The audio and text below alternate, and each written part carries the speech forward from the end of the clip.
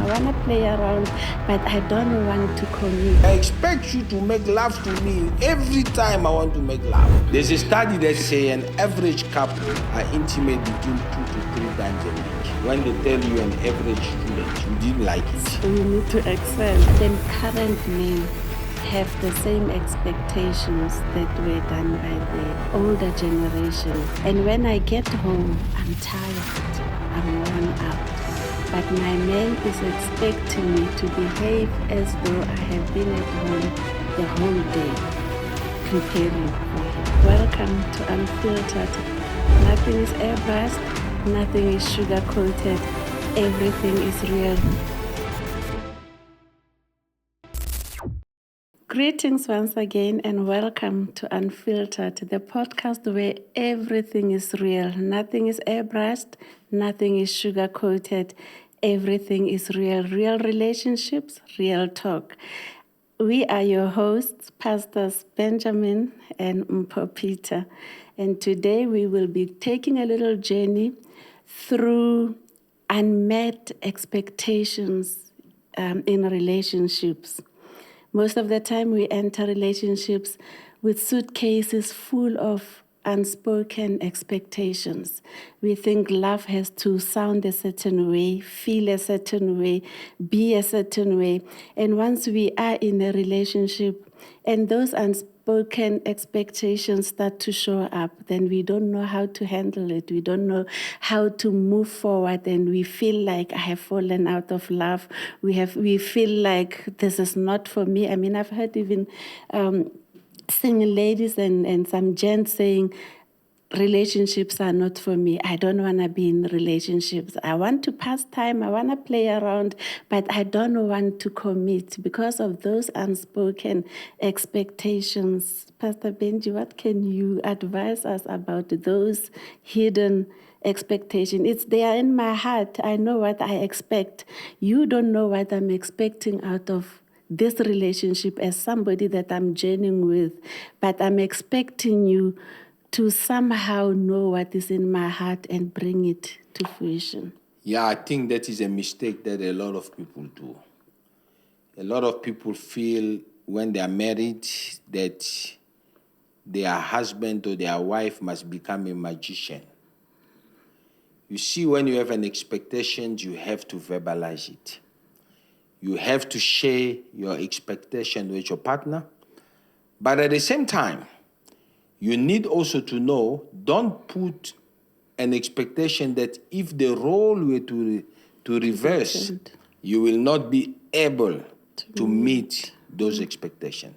Often when I do premarital counseling, I do an exercise with couple where I tell them to share their expectation with one another. I give them an example such as, I expect you to love me. I expect you to be there for me. I expect you to bring me chocolate or whatever it is. It can just be anything little. But you share your expectation with your partner. Now, most of the time when you do that exercise, I see some of them become very uncomfortable because some of the expectations, they're like, hey, can I say this thing? So I usually listen to the guys and they go with the expectation. Most of the time, they don't say the one they want the most. And then I tell them, because I know how guys think. Yeah, I tell them. I say, no, tell your wife when you marry, I expect you to make love to me every time I want to make love. Oh, it's an expectation. Verbalize it to your wife, not your girlfriend, your wife. Mm-hmm. You share it with and the guys, they love me. They say, Pastor, we love you so much. Thank you. I didn't know how to bring that thing. So it is important for you in the marriage to lay down covenant expectations, to share expectation. And often, because we all grow, your expectation will also grow in marriage. So every time you have a new expectation, whether it's your husband or your wife, when you are in your bedroom, chilling, share, say, hey, baby, by the way, I've got the new expectations. Just share it. But at the same time, don't allow your expectation to become the driving force of your marriage. Mm-hmm. Because your marriage is bigger than just your expectation. Because some of the expectation you will give each other, the other person may not be able to meet it at that given time. That doesn't mean you must not put pressure for them to, maybe somebody can say, my husband, I expect you to buy me a Mercedes tomorrow. Now, if he doesn't have the means at that time, he can't buy you the Mercedes. That doesn't mean that he doesn't love you. So you must not now cause what you have put before him to become a barrier in your marriage life. Now, when your husband want to come and make love to you, you're like, no, you didn't buy me the Mercedes yet. So that is what brings problems in marriage. I like how you started off with what do you believe is the problem, like that is not verbalized, the intimacy part. So if you are married to somebody who says, I know that this is your expectation, this is what you want, is there something like too much love making? No, it can't be. No. If you eat every day, you can. It depends on the people. As long as you talk. So you can every day. Yeah, people. No, of course. Why not? If they can, if they've got the stamina, so why not? If you're married to somebody who says that's your expectation, but the same way you don't want me to put pressure on you because you're not buying me the Mercedes, don't put pressure on me for not being able to bring it on every time you want. No. That's why I say it is between husband and wife you must talk, but it shouldn't be because I couldn't buy you something materialistic that now you must use that. No, you're not using that. I'm not saying no because you didn't buy me a car or whatever, but I'm saying the same principle. What if it plays on the other side that for me,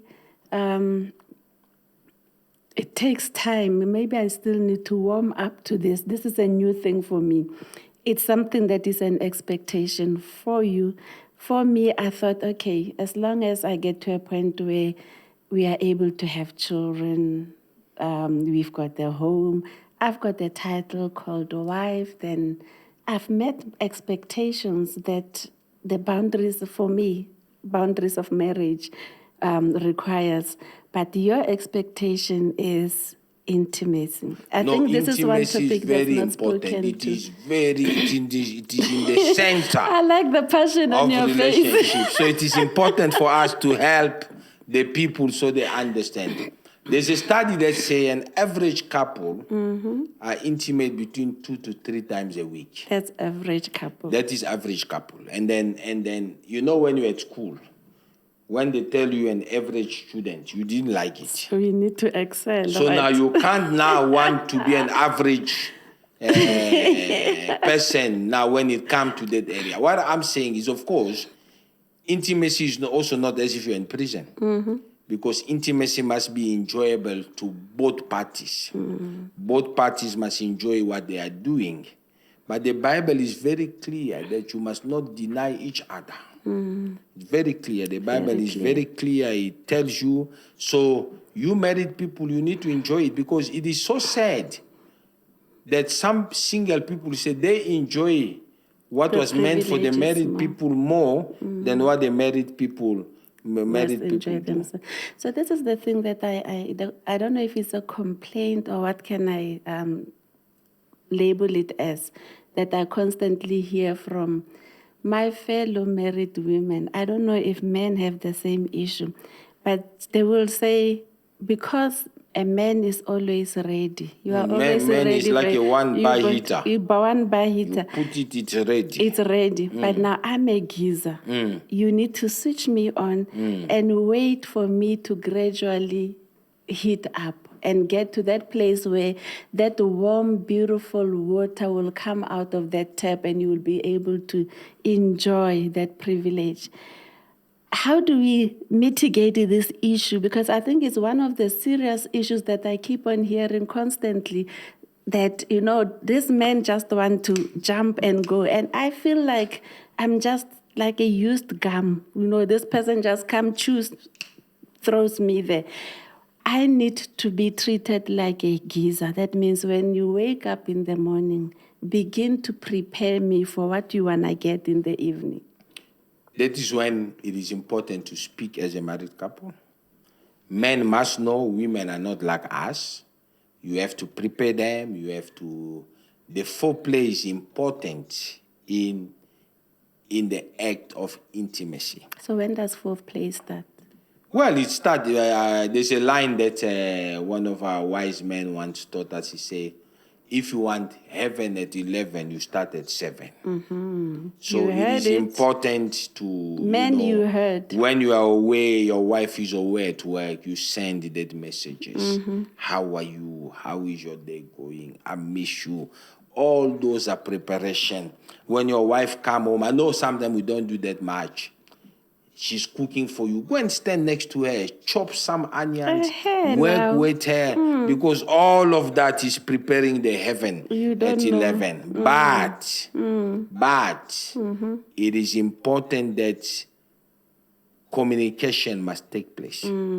Because in marriage, without communication, we can never enjoy.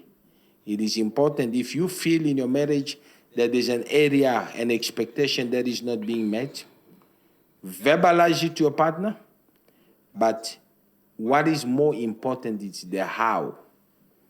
You see, when you come to the man and say, you just come, you are like a 2-minute man, and then that man think, well, you are already belittling me, so why should I listen to what is coming out of your mouth? But if you come and say, my darling, come, let's sit, let's share. I really believe if every couple meet their communication threshold, all of these other problems will be mitigated and everyone will enjoy themselves. So communication is a two-way thing, because then sometimes you go through, no, but I told you, and I then get upset that why must you tell me? We're supposed to have communicated, which means we need to be able to reason together so that you understand where I come from and you can help me to get to that place that you want me to get to, and vice versa. So communication is a two-way. It's a two-way street, and also they are told you part is wrong. Because sometimes we go to work every day and we do the same function. No one come and say, I'm doing the same thing over and over. Yeah. So in our marriage, at times, people lose patience with each other. And your communication, as long as you are together, communication must be open at all and at any given time. It is important because that's how you grow. That is how you grow. But you see, communication is not only what is coming out of your mouth. It is your actions. It is your posture. It is what's coming out of your mouth. And sometimes people want to speak about serious matters when they are fighting. And then it becomes even worse. It's very important to know, when do I verbalize this thing? Is my wife in the right space? Is my husband at the right space? You don't just come anyhow. The men just come from work. Hey, you said you were going to buy this. Hey, and then you start to scream like a mad woman. Oh, your wife just come. You don't even give her a chance to sit just a little bit. Where's my pap? She's been working also. You are also working. Give her a moment just to recollect herself. Now, it's very important to understand when to speak. And how to speak. Very it's going to cause a lot of fights to stop. So another thing that seemed to be a pressing issue in now I'm talking about marriage. I think we started on the relationship, obviously winding towards marriage. I'm hearing my fellow ladies saying, the current men have the same expectations that were done by the older generation during the times where a man was expected to go to work and a woman is at home, making that home for you, cooking, cleaning, washing, ironing your stuff. Now we both work. We have to wake up and go to work. We all both wear those similar hats. You are CEO of this company. I'm a CEO or MD of this company. And the same amount of pressure at the workplace is expected on both of us. We have to produce results, we have to deliver. And when I get home, I'm tired, I'm worn out. But my man is expecting me to behave as though I have been at home the whole day, preparing for him. How do we help our fellow married couples to deal with this issue where women are saying, I can't take it anymore because this man comes home, reads the newspaper, or he's watching TV, he's watching sport. I must do homework with the kids. I must cook, make sure that I feed my husband. I must go wash the dishes and make sure that the place is clean and neat for us as a family. And I'm still expected to perform my wifely duties. How do we deal with these unspoken expectations that brings this elephant in the room that end up obstructing the movement of the family, of the couple? It is important as a family to find what works for you as a family. But what also we need to understand, there are certain things in a woman that a man can do. A woman is a natural. But at the same time, it is also unfair for the man to expect, if both of you are working, you're coming home same time, for her to do everything by herself. I think that is where we have to help each other, because marriage is a partnership. If your wife is tired all the time and you as a man, you can't help her, then you are not going to enjoy your home. Because what she's going to do, she's just going to operate from a place where she's doing things that is not coming from her heart. Mm-hmm. When you love each other, you give the best out of each other. Mm. Now, I know, like me, you know very well, I always like to eat food at home. I can go out whether it was good. When I come home, I want to eat. Not because I want you to suffer as my wife, because I enjoy eating my wife's food. So if your husband enjoys eating your food, even if you're the CEO, make time to come and make that for him. But we also as men, let us help our wife. Let them not think that they are in this thing by themselves. If your wife is cooking, you help the children with the homework. Do something so that all of you are doing something, so that by the time it is time for all of you to rest, it is now you are resting while the other person is still keeping working. But I think that varies from home to home. Every home must find their balance. They must find what works for them, because it doesn't mean if it's working in our home, it's going to work on the other home. It is important that every home find their rhythm. They find their balance, but they talk about it. You know, if you as a woman, you're feeling, you know what, I'm really caring a lot. I believe if you take time to talk to your husband, he will understand. Or if you as a husband also feel, look, I'm really caring a lot, take time, sit your wife down and talk to her. What is important is for you as a family to find a balance that works for your home. Because it is not one answer, caters for every family, because the needs are different. There are some men who will enjoy eating takeaways every day. But there are also some men that will say, no, I can't eat takeaways every day. So it is just very important to say, as long as you understand in marriage that I want the best out of you, you want the best out of me, because you want the best out of each other, let's work together to bring that best, to achieve what you want to achieve. Because if you are not going to work together, one day somebody will explode because they've been caring too much, and there come a time where they can't just keep it anymore, and then you wonder, who is this woman? Who is this man? It is because of all the things that they have been caring. But if you're helping each other, you help each other to declutter. You help each other. Before you know it, everyone is always cool. and the heaven at 11 will be very nice, and you'll move from average to becoming a student. No more missionary. Well, I don't want to go there. This is a family show. Okay, so here we hear it. So your whole marriage is built up in communication. The foundation is communication.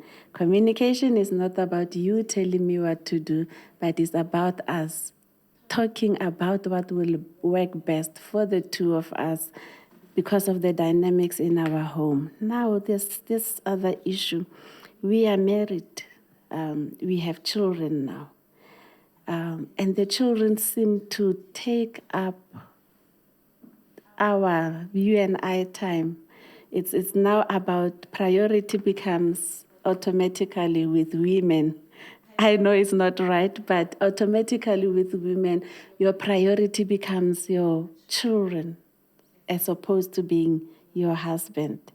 Advise us, teach us, how do I carry on keeping us first, the unit, before our children, and still prioritize our children in marriage? It is understanding the role. Number one, no child must ever come before your husband or your wife. No child must Yes, ever come. ever. Your partner is always number one. After God in your life, it's your wife or your husband. Because the children were the byproduct of the two of you. Mm-hmm. I remember one day I was doing an exercise with a group of pastors. I asked them this question. I say, if you come home, you find your wife crying in that corner, and you find your baby girl crying. I use the baby girl I chose that because I know how soft men are with their baby girl. Baby girls. And I say, and then you find your baby girl crying in that corner. Where do you go? 99% of the pastors failed. Sure. Because all of them said, Pastors we're going to go to our baby girl. I said, no. Let that one keep crying. Go to your wife. Because if there's something wrong, very, very wrong with your baby girl, your wife could have resolved that long time ago. Mm-hmm. It is important to understand the roles. You as your wife or your husband always come first. And together, we can now bring our children up together, and our children understand we love them, but they must never think, because children also know how to manipulate. If they see how they can manipulate daddy or mommy, they will do it. But if you understand that your wife, I always tell people, before these children came, it was the two of you. And one day, those children, they will leave They'll you. go. And it will still be We're the getting two. closer to that. Very soon, we're going to be only the two of us because the boys are growing. But now just think that if you don't love each other, then when the children are gone, then you are one day you start to learn each other again. And this is where most of the time people start to do wrong things, because their marriage was not pushed only by the children. Now when the children are gone, you have to start at zero. You don't know each other. So it is very, very important to our married people to understand that your wife or your husband comes first. That is including even your families. Let me add that free of charge. That's what I wanted to know now. I wanted us to talk about the externals, the what do we call it? The extended family. The extended families, so that our now distant family, right? How do you work that out? Because one of the other problem is verbally, we say we have left and we are leaving. But physically and how we handle things around, we are still living. Sometimes I feel neglected because you are prioritizing the now distant family over us. Or I feel that way, maybe because we haven't communicated clearly, or I don't understand this living and living. How must it show up? How must it look like? Now, we are at the stage where the extended family's voice is louder than my voice in my home. How do I deal with that? It How should never do we be. deal with it? It should never be. The Bible is very clear. The Bible says, for this reason, shall a man leave his father and mother, cleave to his wife, and the two become one flesh. Now, I know in our context as people of color that because of where we came from, a lot of families have one or two or maybe three people who have made it in life. And those people are trying to pull the others so that the family can also come up to a good place. But even in doing that, we have to do it in collaboration with your wife and your husband. Because your wife becomes your priority. I know some people say blood is thicker than water. When it comes to marriage, that boundary is broken. Your wife and your husband must become a priority. I can't give money to my family without you knowing. You can't give money to your family without me knowing. We must work together. Yes, we can help our families, but we need to understand that priority is first. You can't come to my house as my sibling, my brother or my sister, to try to make my wife feel inferior in her own home. No, you can't be. But I can talk to them. But you as a husband or you as a wife have to show your family that my first priority is my wife or my husband. Now, that doesn't mean you don't love them. You still love your family. But God has now given you a new family that you are responsible to. A lot of people are still battling with it, especially people who still got their moms. Because you know how closer we are to our moms. Our moms are our everything, you know. But even mommy must take the second seat. Because when you are married, your wife or your husband becomes your priority. I know it sounds some cliche hard. Because sometimes it sounds like it's easier to say, but to do. That is when we keep talking. Yes, we can deliver. This is how we are talking. But also, you as a husband or a wife, don't become also someone every time you want to say, let's help the family. You always got, oh no, we wanted to buy this at Temu. Oh no, we wanted. No. You also don't become a problem where, because you understand where we came from as a people. We wanting to lift up our families. We must work together. Don't be always, every time I have to give something to my family, you have a problem. But every time they have to give something to your family, there is no problem. That is also what comes, that brings a problem. But if you work together, you don't have to hide. Why should I give my mother money hiding something from my wife? Then that money won't have a blessing. Because I'm taking it out of the wife out of the house without part of me knowing that this thing is going out. But if you both do it in love, I promise you, you will be blessed. But also don't forget, the same Bible teaches us, children, honor your father and your mother. It is okay for us as children to be a blessing to our parents, to be a blessing to our siblings, but it shouldn't be done hiding.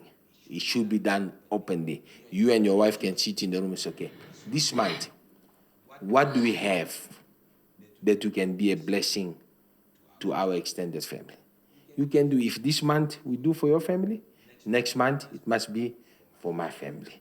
But it must be done in communication. But no family should come to your home and usurp authority of your home. Yeah, and that's one of the struggles, because sometimes my mother-in-law comes to my home and tells me, this is my child's house. This is my son's house, so I will do as I please.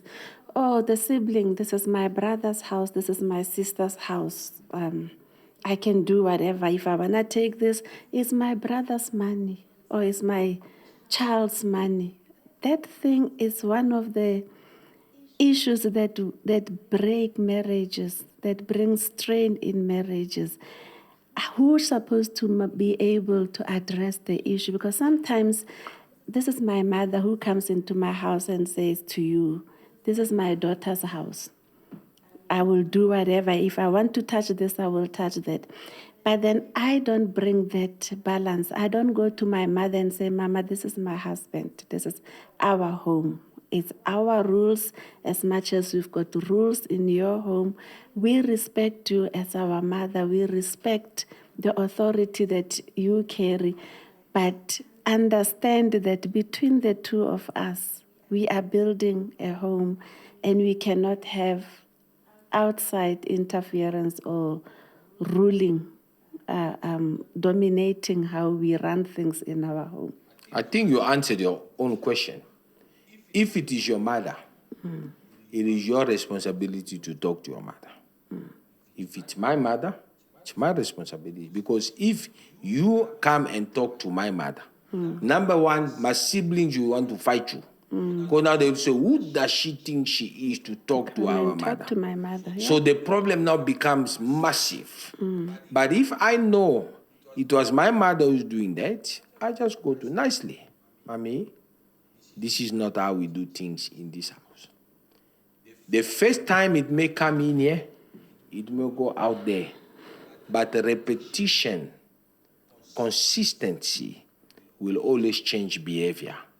But even when you are talking to your mom or your siblings, you speak to them firm, but in love, them knowing my partner is priority in my home.